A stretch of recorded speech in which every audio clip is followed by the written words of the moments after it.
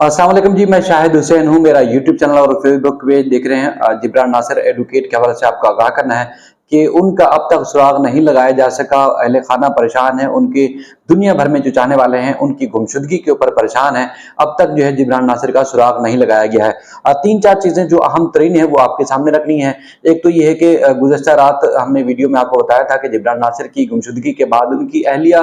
ने जो मुतलका थाना जो कि क्लिफ्टन थाना है वहां रजू किया, दरखास्त लेकर पहुंची थी। लेकिन उसके बाद फिर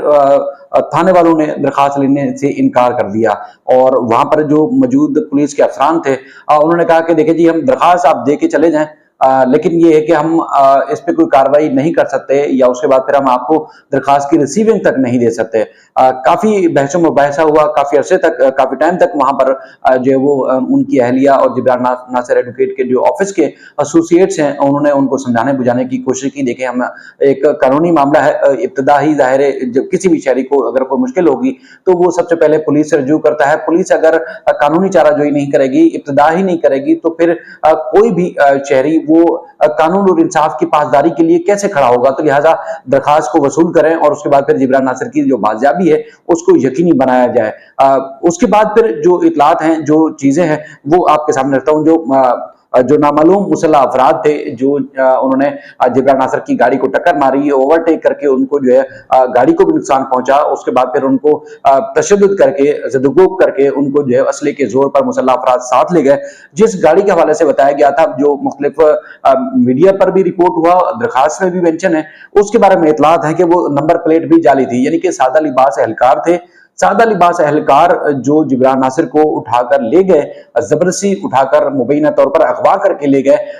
वो जिस गाड़ी में थे वो गाड़ी की नंबर प्लेट असली नहीं है बल्कि जाली है। गाड़ी का जो नंबर था, व्हाइट कलर की जो वीगो बताई जाती है, उसके रजिस्ट्रेशन नंबर बताया गया था, जो कि उसके ऊपर नंबर प्लेट लगी थी BF4356। बताया गया है कि ये सन 2000 से भी पहले की है, यानी कि तकरीबन 98 या 98 के लगभग की ये गाड़ी की नंबर प्लेट है, यानी कि किसी और करोला गाड़ी की,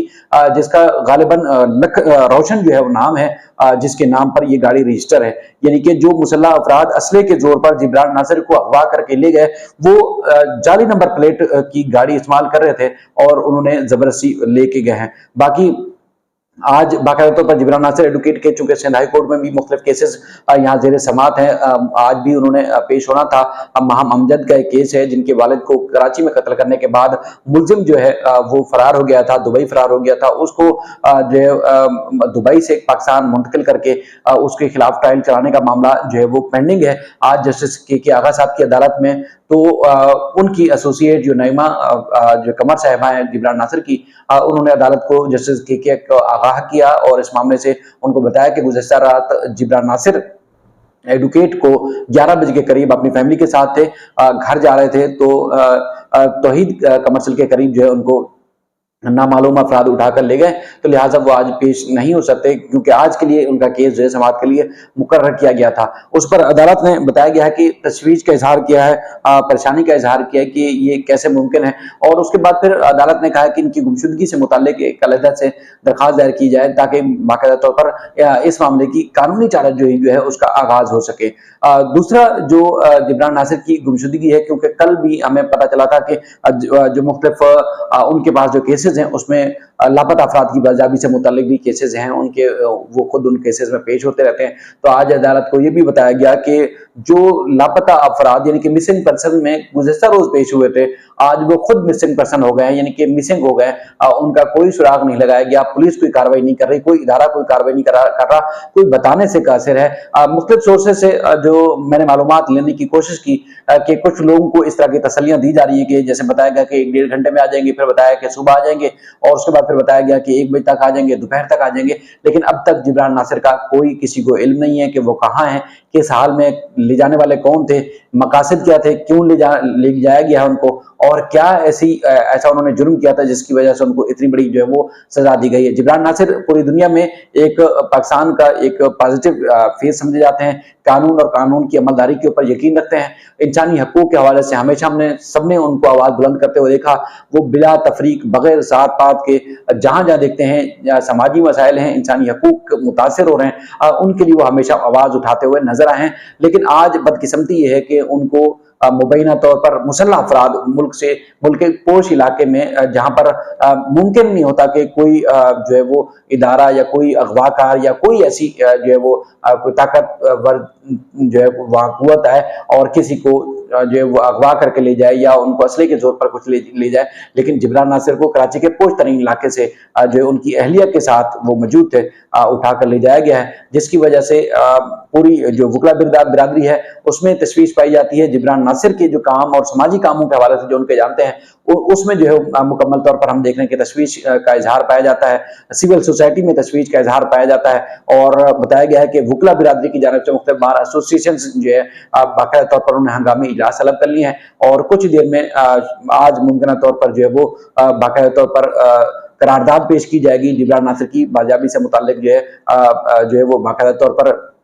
दबाव डाला जाएगा, बाजाबी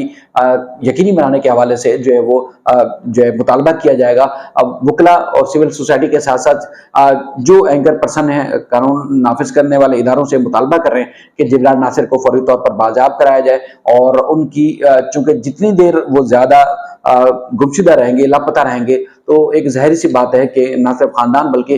उनकी जिंदगी के बारे में भी काफी तशवीश है, खतरात और खदशात लाक है। सिविल सोसाइटी ने आज मुमकिन तौर पर एहतजाज भी प्लान किया है कि दोपहर के टाइम जो है वो जिब्रान नासिर की अदम बाजियाबी के ऊपर जिब्रान नासिर को असले के जोर पर अगवा करने के मामले पर जो है बाकायदा तौर पर एहतजाज भी किया जाएगा और मुल्क की जो आला तरीन जो इदारे हैं उनसे मुतालबा किया जाएगा कि जिब्रान नासिर को बाजाब कराया जाए। सोशल मीडिया के ऊपर आप सब आवाज उठा रहे हैं, ये हम सब पर लाजिम होता है कि कोई भी इंसान जिसको जो तकलीफ में हो, जो मुश्किल में हो, उसके साथ खड़े हों ताकि ये बावर कराया जा सके कि हम जिंदा कौम हैं, हम खामोश नहीं रह सकेंगे। अगर किसी के साथ जुल्म जबर जाती होगी तो उसके साथ हम खड़े होंगे। तो आप ज्यादा से ज्यादा आवाज उठा रहे हैं और ज्यादा एक तवाना कुव्वत के साथ जो है आवाज उठाएं ताकि लोगों को पता चल सके कि जिब्रान नासिर के साथ जो कुछ हुआ है कल किसी और के साथ ना हो। चूंकि ये भी मालूमात है इब्तिदा जो हमें पता चल रहा है कि जो इंसानी हकूक की तंजीमें हैं उन्होंने भी बाकायदा तौर पर इस मामले में तशवीश का इजहार किया और इस खदशे का इजहार किया कि जिब्रान नासिर की जिंदगी को खतरात लाक हो सकते हैं, तो लिहाजा उनको फौरी तौर पर बाजियाब कराया जाए। अदालत में कुछ इतलात थी कि आज बाकायदा तौर पर दरखास्त दायर की जाएगी जिब्रान नासिर को जो है वो बाजियाब कराने के हवाले से, लेकिन इस वक्त तक जो है वो फैमिली अदालत नहीं पहुंची है। लेकिन जैसे ही इस सिलसिले में मजीद कोई अपडेट्स होंगी, मजीद कुछ चीजें होंगी, इंशाल्लाह आपके सामने जरूर रखेंगे। अपना ख्याल रखिएगा, उनकी खैर और उनकी सलामती के लिए जरूर दुआ कीजिएगा और अपनी जो जद्दोजहद और जो सोशल मीडिया पे जिस तरह एक आवाज बुलंद करने का सिलसिला है उसको जारी रखिएगा। मजीद जो भी अपडेट्स होंगी जिब्रान नासिर की बाजियाबी से मुताल्लिक वो आपके सामने रखता रहूंगा। अपना ख्याल रखिएगा। अल्लाह हाफिज।